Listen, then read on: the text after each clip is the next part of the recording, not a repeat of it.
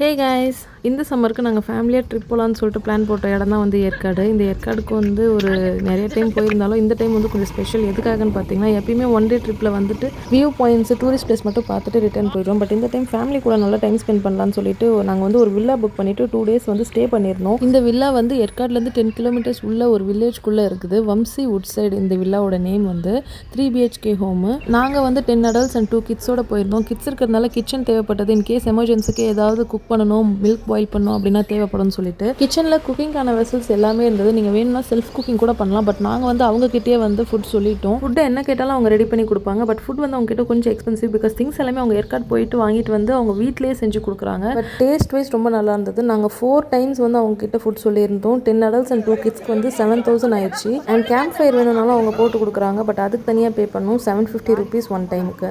இந்த வில்லாவோட ஸ்டே வந்து per dayக்கு 14K.